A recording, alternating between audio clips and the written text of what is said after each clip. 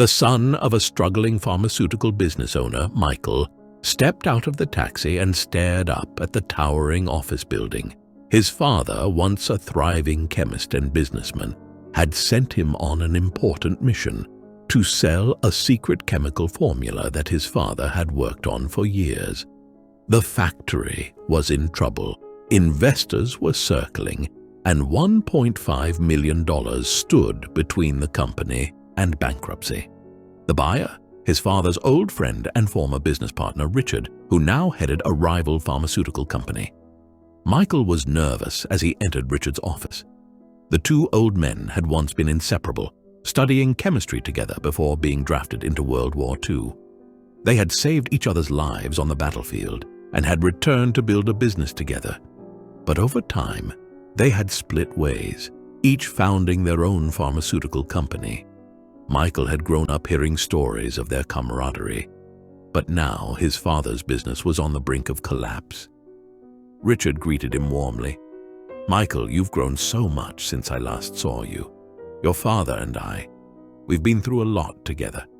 I treasure our friendship more than anything." He smiled, but there was a sadness in his eyes.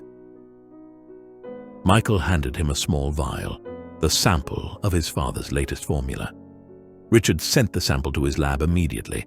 While they waited for the results, he and Michael exchanged stories about his father and their days of study and war. Finally, the lab report arrived. The lab technician came in with the paper, eager to explain, but Richard waved him off. "I'll read it myself," he said, eyes scanning the report thoroughly. "How much is your father asking for this invention?" Richard asked quietly.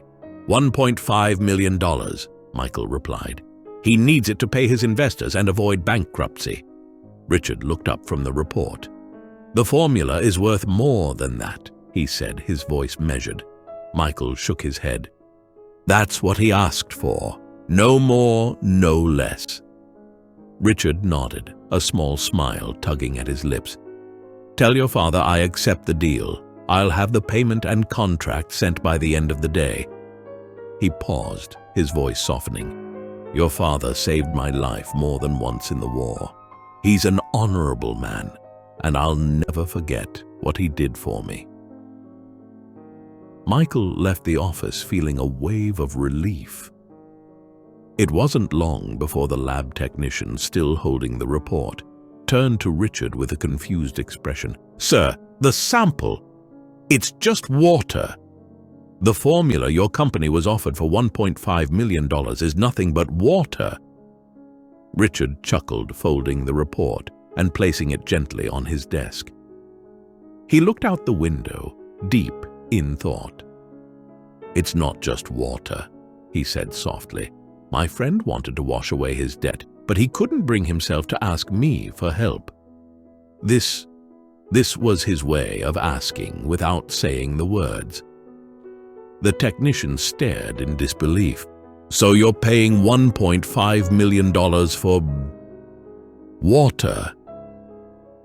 "I'm paying $1.5 million for a friendship that's worth more than any formula," Richard replied, his voice filled with the weight of years gone by. "Sometimes it's not the deal that's important, it's the person behind it."